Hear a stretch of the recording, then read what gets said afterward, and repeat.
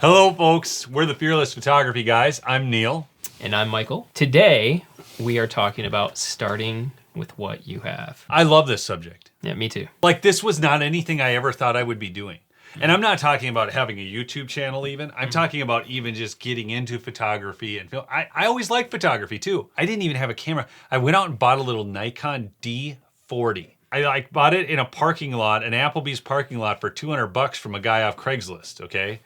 $200 and I was in business with photography. I mean, I had a kit lens and this, and you know what? It worked. Yeah. Like, I mean, the resorts, when I was shooting those pictures, told me that they actually really liked my pictures, and I'd worked with a few other professional photographers, and some of them were actually preferring my pictures. I'm like, now, what year was this? Maybe I've got a gift. How long ago was that? Was this? like 2010. 2010. See, that's the thing. Like, you hear people use the phrase like they shot that on a potato, and that's like the kind of stuff. If you were just starting in 2010, you had to deal with shooting things on a potato. That I shot things on a potato, but it still worked because I think people are more concerned about story and the humanity in it all. I have never heard shot things on a potato. I'm over here. No, I am like over here. Yeah. What, so it just means like crappy equipment. Crappy equipment. But now, if you're starting out in 2021, like you have an iPhone that has great capabilities. You know, so the starting point is much better quality now than what it was even when you and I started.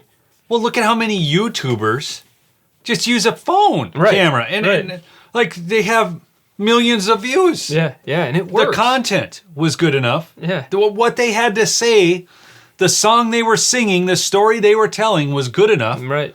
That the production wasn't the important thing. Right. I started shooting as a musician. And really, I just wanted to capture the road life. It's a really unique world to be traveling all the time, and so I wanted to share that with people around me. And I didn't have a good quality camera. I had a potato camera. Potato. But I wanted to capture my life on the road. So what I did is I learned to tell stories, and people watched them. They didn't watch them because I had great equipment, because I didn't. They didn't watch it because I was an amazing editor. I definitely was not. But they watched it because I was sharing something human. And that's the key for all of us. Be you. Your skills are going to grow, but the most important thing you have to offer is not something you'll gain down the road. It's something you have right now, and that is your raw humanity as is. People are looking for more humanity. Absolutely. I mean, they're looking for more authenticity. Life is extremely hard, but that does not mean that life is not beautiful. And so for you to be able to express that beauty through the hardships, oh my gosh, if you can do that, people are going to love it. Yeah. Oh, yeah. People are so hungry because that's them. That represents them. That hits something that we all can relate to, and that's pain and trying to overcome that pain, just living our lives. That's part of starting with what you have. I mean, with what you have is your story. It's you. Yeah. One of the things that I love most about filmmaking personally is when I do a project, I can be proud of that project, and I am proud of that project, and yet at the same time I say, I can see all these different ways in that project, or next time I'm going to get this better, I'm going to get that better. And it's not this feeling of, oh, that sucked, I hate it. It's this feeling of, oh, I like that, but I can still have room to grow. And that growth, and that falls into the area of starting with what you have, wherever you're at on the journey. That room for growth is what keeps me excited, keeps me engaged, and keeps my work getting better. And I mean, would you say the same for yourself? Oh my gosh, yes. Yeah. It's what keeps this whole game exciting. Yeah. I mean, if you weren't improving, it really sucked. It's boring. It'd be very boring. And that, I mean, I don't know.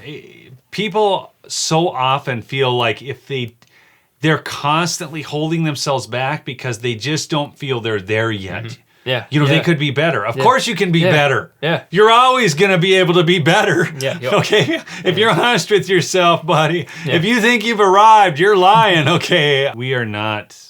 None of us have arrived, folks. So, in fact, speaking of which, our channel hasn't arrived, and we need more subscribers. That's it. Hey, I'll give you one this time.